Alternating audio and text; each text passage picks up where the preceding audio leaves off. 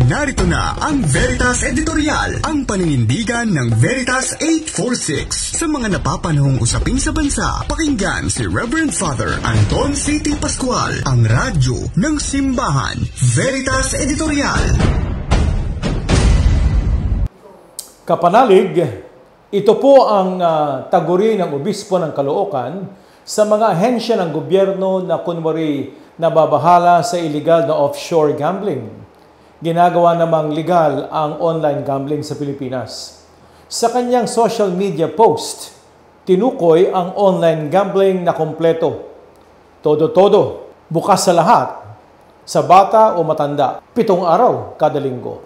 Ang katanungan, kapanalig, sino pa ang magtitiis pumuslit sa mga kasino na pangmayaman kung saan kahit sino pwedeng magsugal habang nakahiga, nakaupo sa alinmang sulok ng bahay, kahit saan basta't hawak ang cellphone.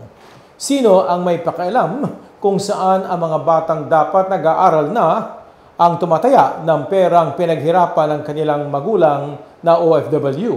Ipinapadala lang sa GCash, isinusugal online, mas malala pa, utang ang ipinantaya. Bago pa nakarating sa pagkainan ng perang ipinadala, bago pa may pambayad sa tuition, naglaho na po sa online gambling. Kaya kapanalig, walang pinipiling edad at oras ang pagsusugal. Lalo itong naging madali gamit lang ang e-money wallet. Bakit ginawa itong legal? Si GCash, okay lang. Malaki ang rebate, malaki ang kabig. Kung addict na sa sugal ang maraming Pilipino, lalo na ang mga kabataan.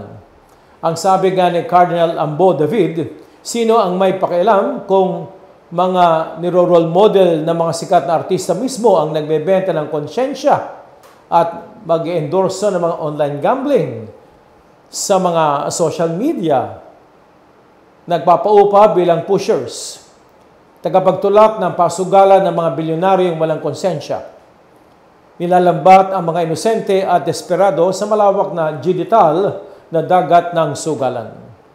Dahil sa pagsasaligal ng gobyerno sa online gambling, ika ng ating mabuting kardinal, goodbye education, goodbye disenteng trabaho, goodbye sa kinabukasang hangad ng mga pamilyang nagsusumikap. Hello sa isang henerasyon ng mga lulong sa sugal. Noon, walang pakialam kung patayin ang mga adik, ngayon, walang pakialam kung paramihin sila. Kapanalig, tinatawagan tayong umalma para masupil ang kabaliwang ito sa ating bayan. Hindi lang kabaliwan ito, kasapat daw tayong lahat. Sino pa ang magliligtas? Ika nga sa mga kabataan ngayon, kapanalig. Kapanalig, sama-sama tayo.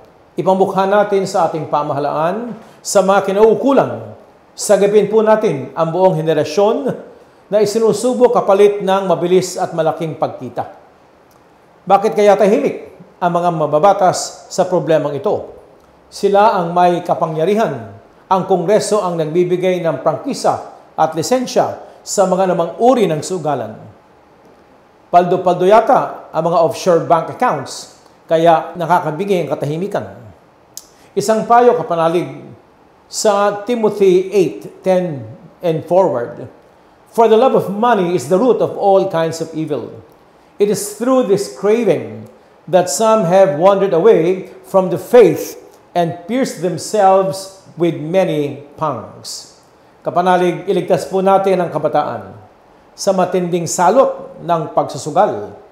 Walang mararating ang bisyong ito kung hindi kabiguan, kawalan, kapahamakan. Magbago na tayo.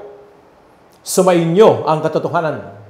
Inyong napakinggan ang Veritas Editorial. Ugaliing pakinggan ng Veritas Editorial kasama si Reverend Father Anton C. T. Pascual. Veritas Editorial.